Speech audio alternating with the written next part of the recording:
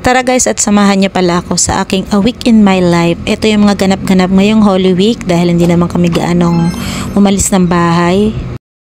May mag-blend tayo nitong strawberry. Yan, gagawin natin siyang juice, strawberry juice. Meron tayong low fat milk and lalagyan na rin natin ng yellow. So ito lang. Lalahat ko na to para mas masarap siya.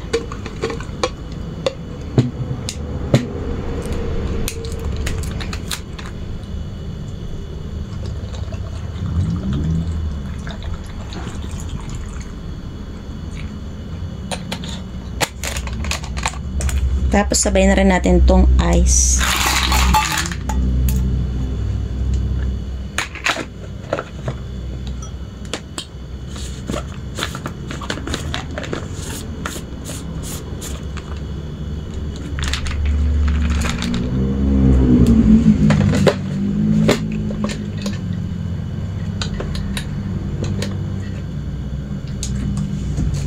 Ay,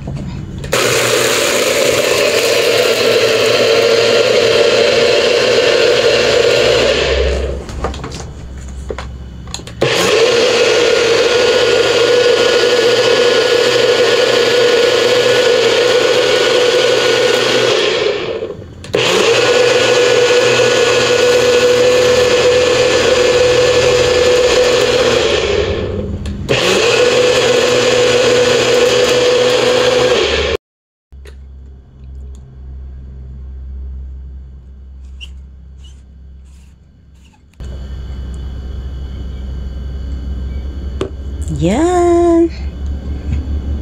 So yummy.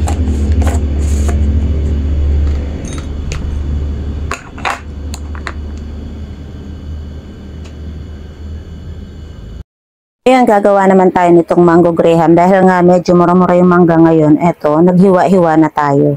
Dahil itong mangga na to ay 3 peraso. Tapos may kabiyak pa na natira kahapon. Tapos meron na rin tayo dito. Ayan, all-purpose cream at meron tayong condensada. Meron din tayong mga graham. Ayan. Ito, bali 2 peraso. Tapos mag-mix muna tayo nitong cream and condensada.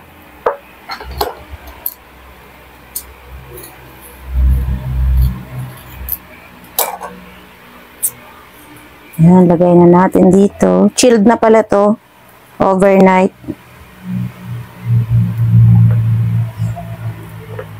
Maganda kasi pag naka-chill na para matigas yan.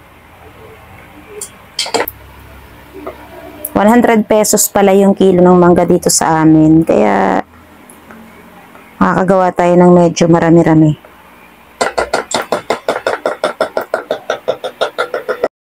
Yan, add na natin tong condensada bago natin i-mix.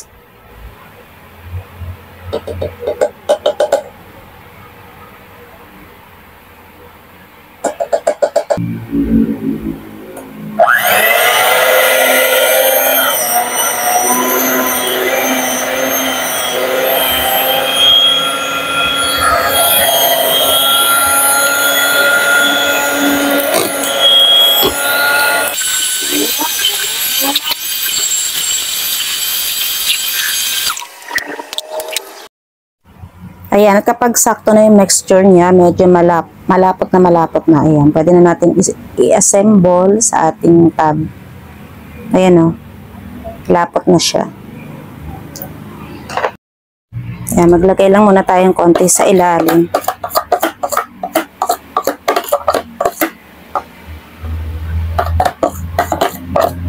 Pwede rin ito natin gawing paninda kapag talagang gusto nating gawing business o kumita sa mango graham.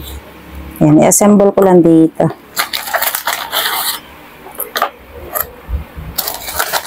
One layer, pwedeng isa lang. Depende sa gusto nyong kapal. Ginawa ko 2 layer na para mas mabilis siya.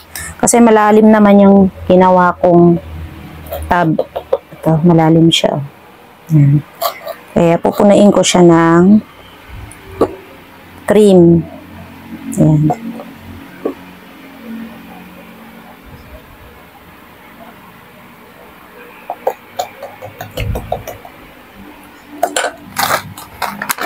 Yan, tapos maglagay ulit tayo.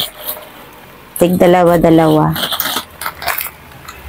So, mangga muna pala. Ito. Ayan. Lagyan natin ng mangga dyan.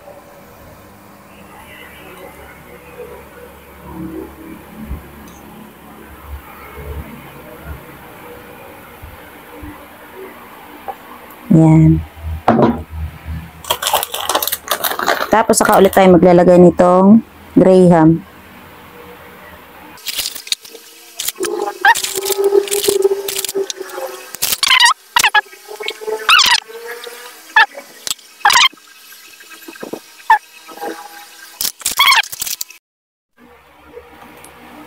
Ayan, ito na yung ating nagawa. Tapos maglagay lang tayo ng crushed graham na konti para maganda siya tingnan. Ayan.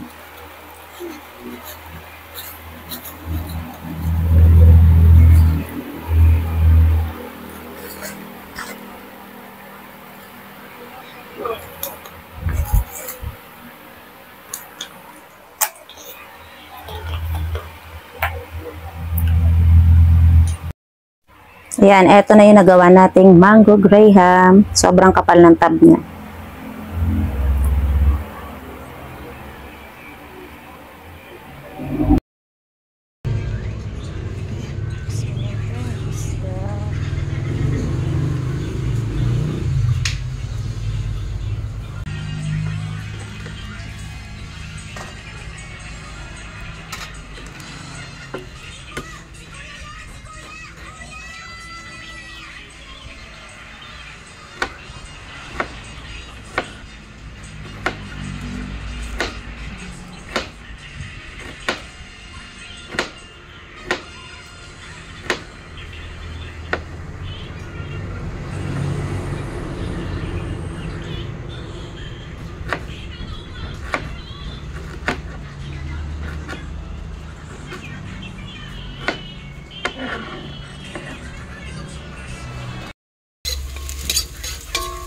Ayan, lagay mo dyan.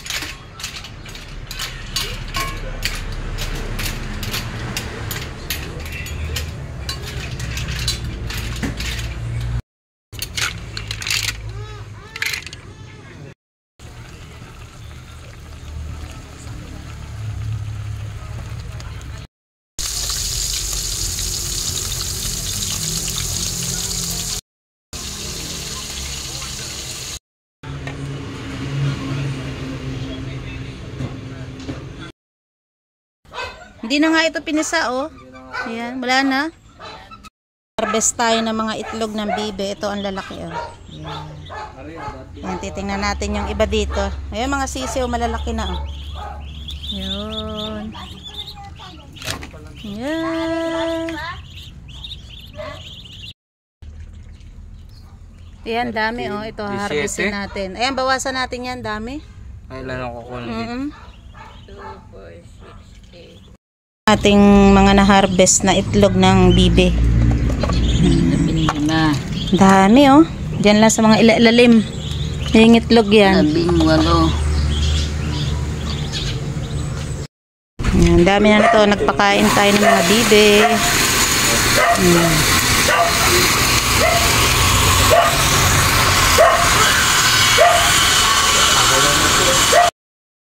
Mag-harvest tayo nga na tong talong. Ito, ang daming bunga, oh. Ayan. Nakita, sana bago pa binidyo. Ayun, okay lang. Oo.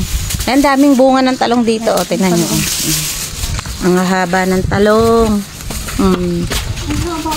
Ayan, daming bunga niyan. Lahat yan may bunga, oh. Nakarami ng talong dito. Sa sili, ayan, dami rin bunga. Ayan, pasok tayo dun sa loob. Ayan. Hoy! Sinaraduhan ako!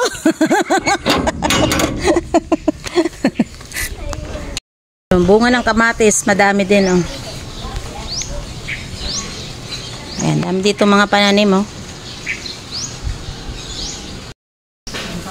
Ayan, ang dami ng bunga ng sili. Kasi ito, talong, ang dami rin, oh. Yun, laki, oh. Ayan guys, yung ating water hose na 20 meters ang haba. Ayan. Dali lang siya gamitin.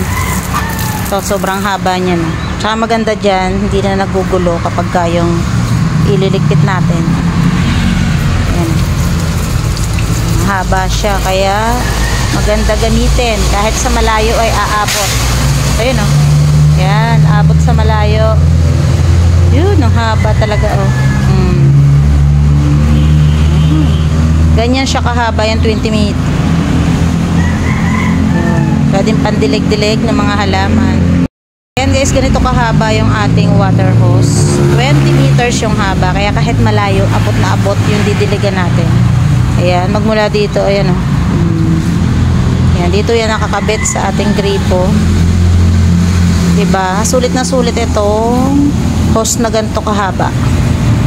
Pandilig sa mga halaman.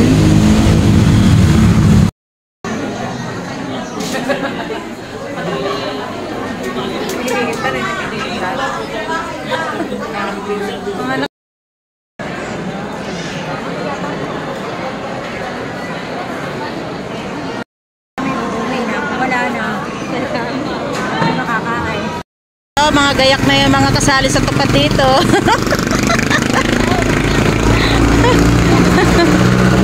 Ito pa, outfit check. Dito ka sa pagkikan. Bakit marami pa ng grupo? Kaya nga. Kasali sa tupad ah. Oh. Go!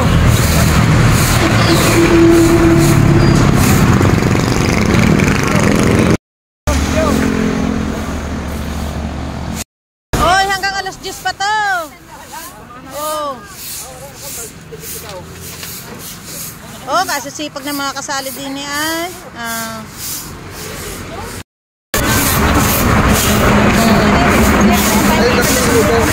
Magkano gahon sahod nyo dito sa pagwawali sa tupad?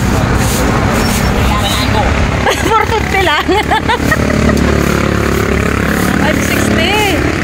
Oh, 560 a day.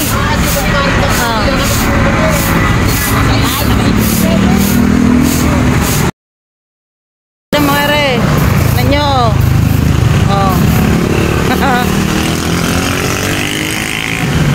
Puro dala yung mga ano.